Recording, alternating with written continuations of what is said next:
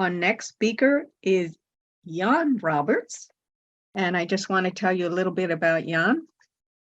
He knows what it feels like to be ridiculed, bullied, and to feel insecure, even in business. He's experienced the impact of companies and clients not respecting or understanding each other in the pursuit of achieving money goals and success.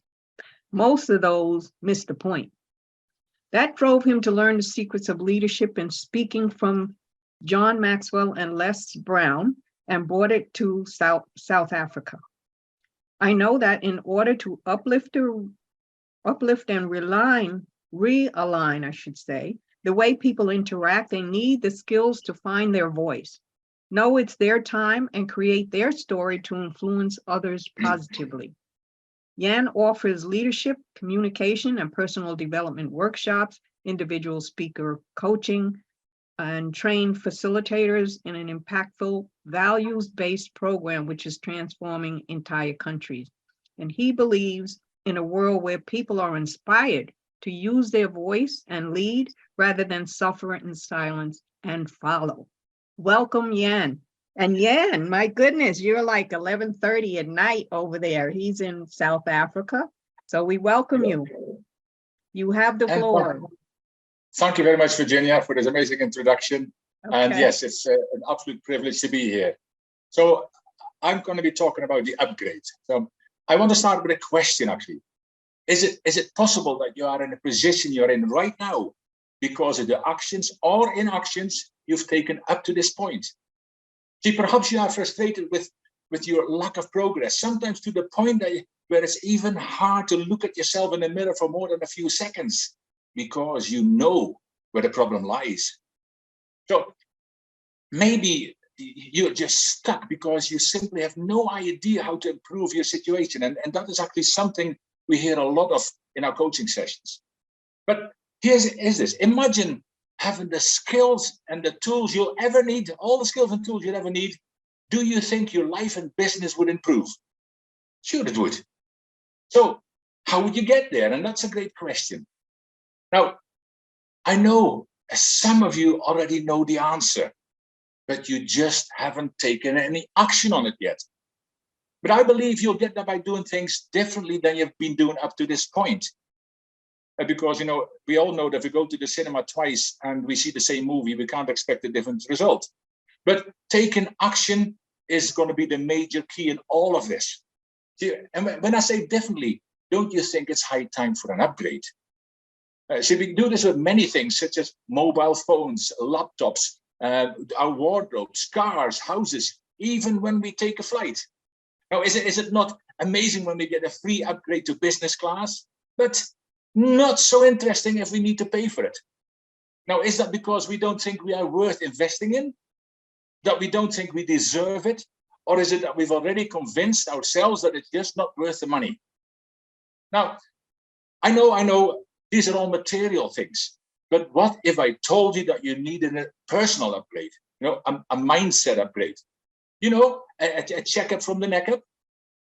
See, we will put our precious cars in for a regular service, but how often do we put ourselves in for one? Now, sometimes we just forget. Other times we make excuses because we're way too busy. And that can turn out expensive, very expensive. See, what if I told you that if you upgraded your mindset, your leadership levels would improve dramatically? What would that be interesting to you?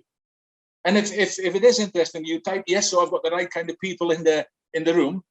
But you might have heard of the quote, you know, thoughts become actions, actions become habits, and habits become our destiny.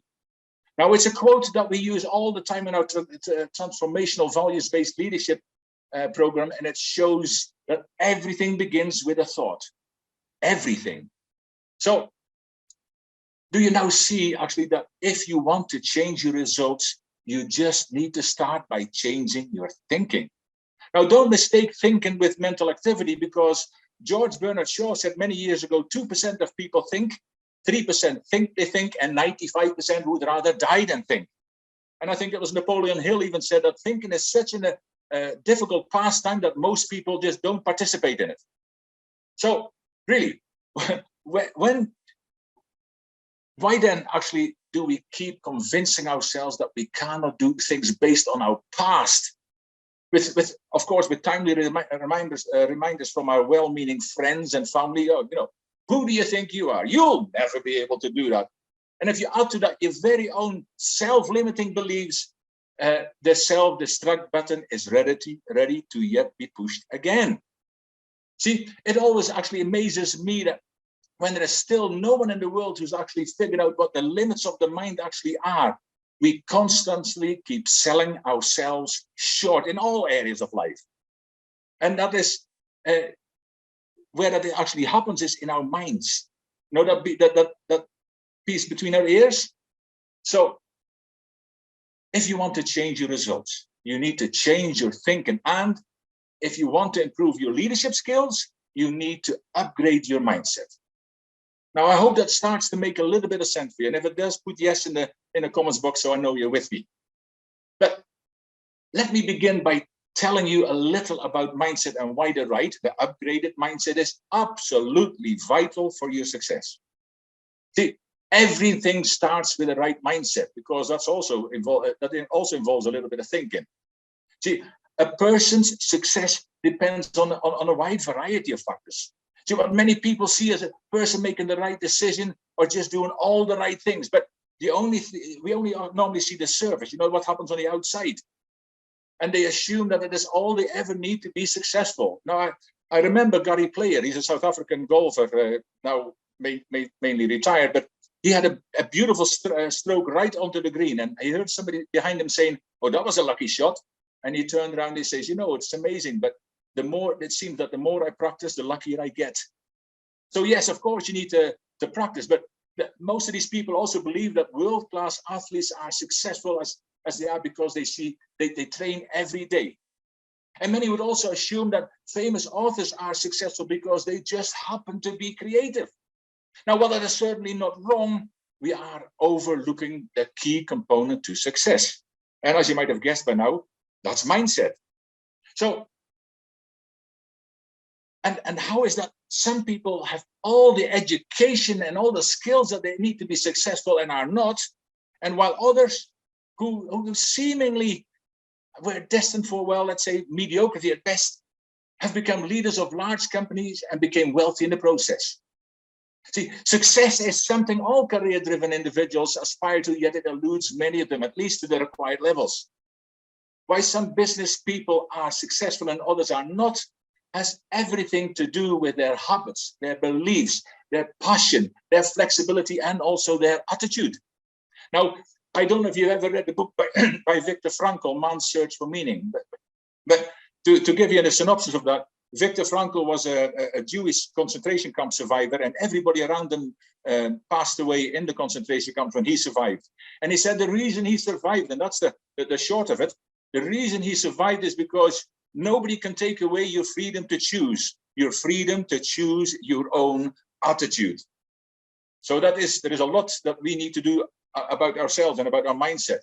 But often there's actually very little difference between one business person and another in terms of ability, as each person can do whatever he or she wants. See, what it actually comes down to is having the frame of mind to create practical habits and keep some kind of balance between attachment, commitment, and actually letting some things happen. See, positive habits coupled with a certain degree of flexibility provide you with a path to success which is fluid, and of course being fixed will always stand in your way. Developing such a mindset gives you a compass to navigate the ever-changing tides on the way to business, leadership, and financial goals. See, this allows you an openness and flexibility while it also provides you the right focus.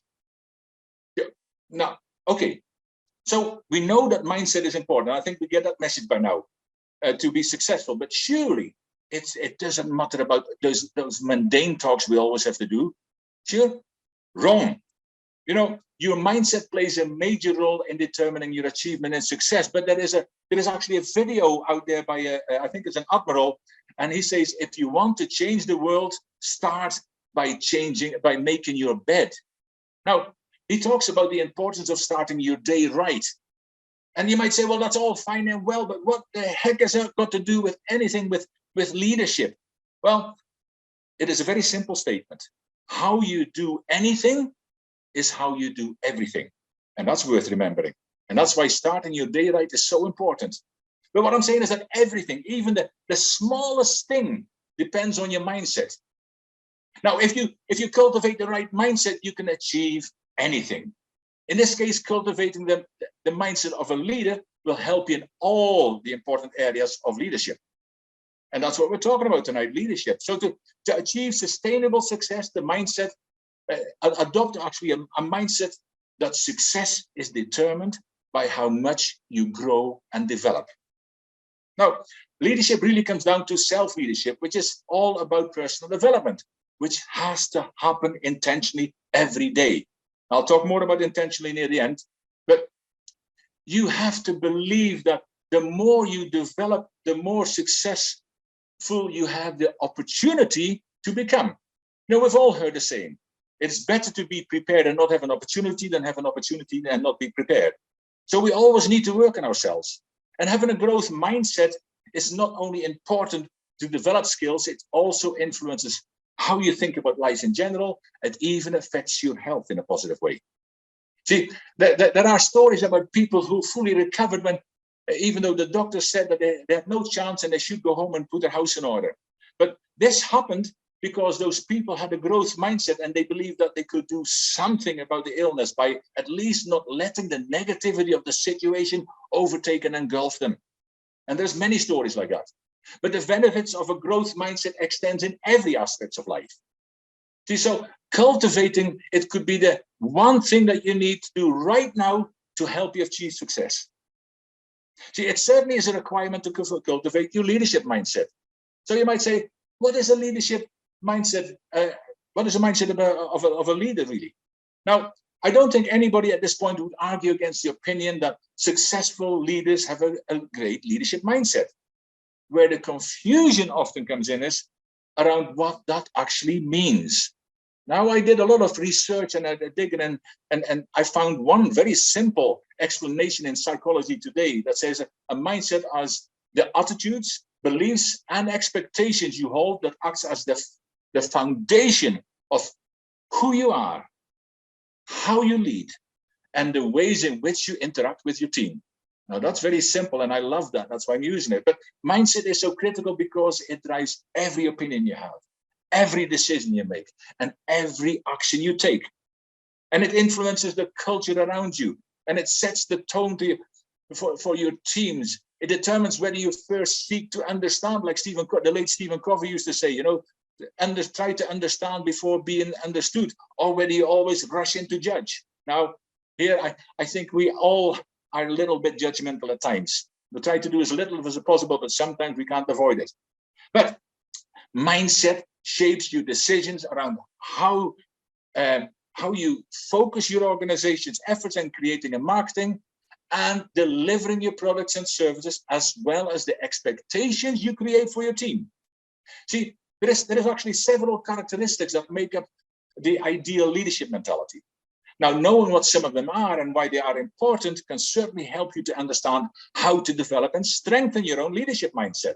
And I'm going to go through a few of them. And I'm going to start with the willingness to face challenges head on.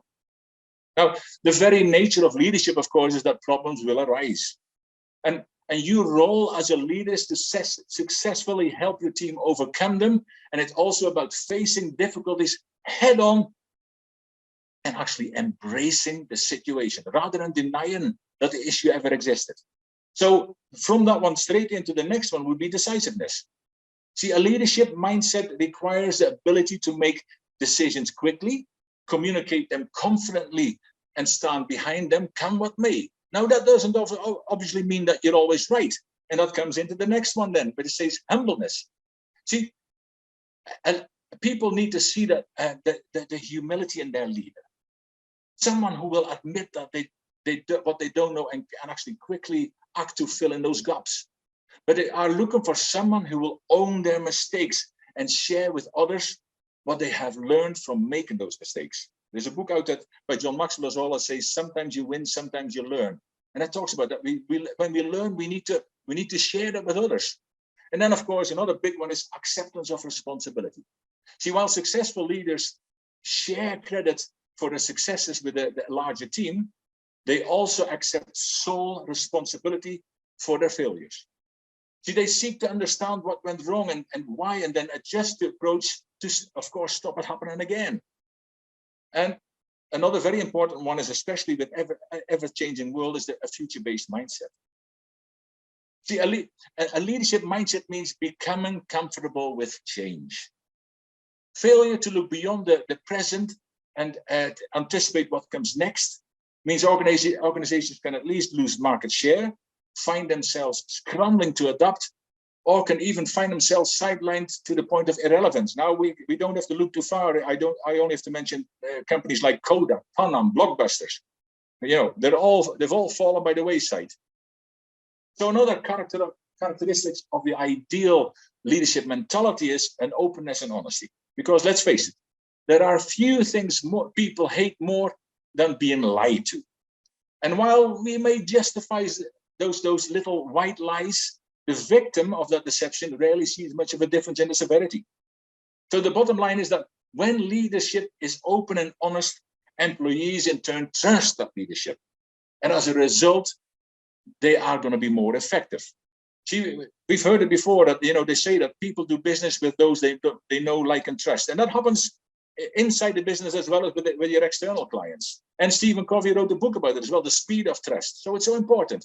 Now, we at Key Leadership Institute, we experience this firsthand on a regular basis, because when we implement our sustainable values-based leadership program, we are not talking about these wonderful values that hang on the wall that most people don't know, but these are basic human values like hope, respect, forgiveness, listening, and all those kind of amazing, solid, basic values that we all should become more aware about. And what happens then is that in the organizations, it helps on talent retention, productivity, happiness, cooperation between departments, and so much more, because the bottom line is always people of value people. Now, there is one more I wanted to share with you, because it's also very important that these leaders also have a genuine interest in other success, you know, being people-centered. Yeah, you know, you've heard of be interested instead of be interesting, and listen more and talk less. Well, I often quote my friend and mentor, John Maxwell, in this, who says, leadership is influence, nothing more, nothing less. Now, some people ask, you know, what do I have to do to have influence over people? Well, that's already the wrong question, because that's not a leader, that's a boss. So when you ask what you can do to have influence with people, no, that's an easy question to answer, because if you genuinely want to build a relationship with people, you must ask better questions. And how do you ask better questions? You need to start listening better. Now, and that's with the listening part. Is it not often true that we overestimate our own listening skills, we underestimate everybody else's? And that's where conflict often lies, with the lack of understanding. But true leadership requires a genuine desire to see others succeed, and leaders must show empathy when others are struggling personally or professionally, not just in their professional life. And leaders must openly praise individuals' efforts and results, while not being afraid to have a tough conversation with people who fall short, of course. And that's sometimes a bit more difficult, but they cannot be afraid to be cruel to be kind. You know, when it's clear that someone is basically unable to deliver the results the organization needs.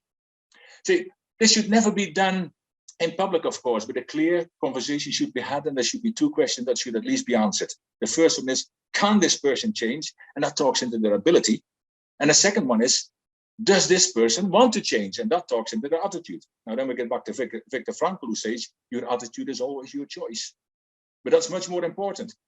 And leaders have to recognize their responsibility to develop people and be willing to provide opportunities for employees to succeed or fail, which is often difficult. And without a focus on developing their people and a true interest in their success, they may find themselves surrounded by employees, but without a cohesive team. And that will always adversely affect many areas of the organization. We talk a lot about technology and the way we rapidly change all the time, but in an ever evolving, more technologically advancing world, we need to remember that people still matter.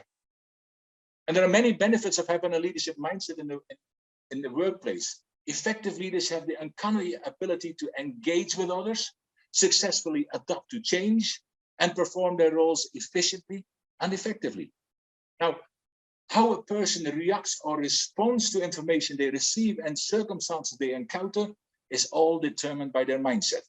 Now, in martial arts, I learned the difference between responding and reacting a long time ago, because reacting is due to outside influences, people, situations, and circumstances. But responding is when you internalize things and you think it over before you actually open your mouth, that you put your brain into gear. And that's sometimes much more difficult, especially in stressful situations. But do you actually know why so many relationships between team members and their leaders are a major part of the reason why people are unhappy at work? Now, the answer might surprise you, because most leaders have the equation wrong. See, the majority of leaders believe team members are responsible for the relationship with their leader. Now, this belief puts the ownership of worthiness, trust, ability, respect, and work ethic squarely on the shoulders of others. However, it is the leader who are responsible for the relationship with each individual team member. See, in this drastically different approach, leaders know they are ultimately the ones responsible for building relationships based on trust, respect, work ethic, forgiveness, and accountability. Now, these leaders actually model the behavior they want to see. Now, we've heard of this before: be the change you want to see in the world. Well, the same goes in a company. But they also communicate well with their team, and they allow their team members to choose to meet or exceed standards set by them or others. Now, of course, this doesn't mean that the relationship isn't a two-way street, but it means that the leader takes ownership and responsibility for this. Now, knowing that ownership and responsibility of work relationships actually starts with the leader, I'll give you 3 habits you can embrace to strengthen those relationships. The first one, of course, is removing your ego, because I'm talking about an unhealthy belief in your own importance. And if this is you, your people won't want to follow you or work hard for you. The second one, of course, we've already talked a bit into, focus on trust with each team member. See, trust is built between a leader and a team member by the actions and behaviors of the leader, not the other way around. And the third one is one, I like them all, but the third one is the one, be a good coach. Now, one of the most important habits any leader can improve on is his ability to coach your team members. See, there is a book called Good Leaders Ask Great Questions, but also my mentor and master coach, Christian Simpson, said one time, you can be a great coach without being a good leader, but you can never be a great leader without being a good coach. And that is so true. But to improve your effectiveness as a leader, start with how you build and sustain relationships. Individuals who are skilled at building and maintaining relationships, they always share several traits, and I'm going to share them with you as well. They are self-aware. They are willing to delegate important tasks and decision-making. They have a strong interpersonal skills. They have a participative management style. And they give constructive, effective feedback. Now, we always hear that feedback is the breakfast of champions, but at least it lets people know how they're doing. So you might say, why does it matter that we constantly build relationships at work? Well, it is very simple. Relationships and people skills, not merely job performance, are what separates a successful executive from the rest. See, without solid relationships, a leader can have a hard time bringing a team together and getting a project accomplished, because collaboration is only effective in the workplace if the people who are collaborating are actually getting along. Achieving a leadership mindset benefits the organization that you work for as well, and it provides you with many advantages you may not have previously considered. And I'm just going to mention some of them. One of them is clarity. Then there is self-confidence. There is communication, emotional intelligence, and empathy. And I mean, they're all as important. One is as important as the other ones. But the question then is, how do you develop a leadership mindset with all that information? Because if all those elements of a leadership mindset, how do you actually get there? Well, you'll need to start with an honest evaluation of your skills and traits to actually determine not only where you're at, but where to focus your efforts. And as a leadership coach and behavior analysis consultant, I actually provide a leadership DISC assessment, which will provide a good starting point as you look to grow and develop. You know, there is a book by Robert Allen, I think, Know Yourself or Know Thyself, but knowing yourself is an absolute must when you're dealing with others. Anybody who deals with public should know themselves first, because you can't give what you haven't got. So whatever the case, but don't get so focused on where you're struggling that you actually forget to capitalize on what you're already doing well. Because remember that your strength have gotten you this far. So, you know, you really need to get out of your strength comfort zone and get stronger. And if there is weaknesses, delegate them if you can. But your mindset drives what you as a leader do and why you do it. Now, for example, they explain why two different leaders might encounter the same situation, for example, a subordinate disagreement, but process and respond very differently. See, one leader might see the situation as a threat to their authority, while the other one sees it as an opportunity to learn and develop further. And this is what it comes down to, because when a leadership development efforts ignore mindsets, they ignore how leaders see and interpret problems and opportunities like this one. See, I've mentioned growth and fixed mindset already, but just a quick refresher, because a growth mindset is a belief that people can change their talents, their abilities, and their intelligence. Conversely, though, people with a fixed mindset do not believe this is ever possible. And people with a growth mindset are more mentally prepared to approach and take on challenges, take advantage of feedback, adopt the most effective and relevant problem-solving strategies, provide developmental feedback to their subordinates, and are persistent in seeking to accomplish goals. Now, we're nearly done here, but why does your leadership mindset actually matter? Because as a leader, your mindset influences everything. It affects your attitude, how you handle challenges, and ultimately your success and the success of your organization. So if you have the wrong mindset, it will always show. Now, you know the kind of leaders who've got a wrong mindset, because he or she is negative and difficult to be around. They're out of touch with their teams to the point that they have lost all confidence and in the ability to lead them. So basically, he or she is the kind of leader who becomes impossible to follow. And they're bosses, because in John Maxwell's 5 levels of leadership, this is not a leader, but a boss. And unfortunately, more than 70% through a survey has shown that they will never move further than that first level. When all those next levels depend on your ability to connect with, encourage, and build relationships with those you lead, as well as the quality of the leaders you build. So as mindsets shift and develop leaders' thinking, learning and behaviors will naturally improve, because they are seeing and interpreting situations much more clearly and effectively. See, the consequence of these improvements will be enhanced effectiveness and success as a leader.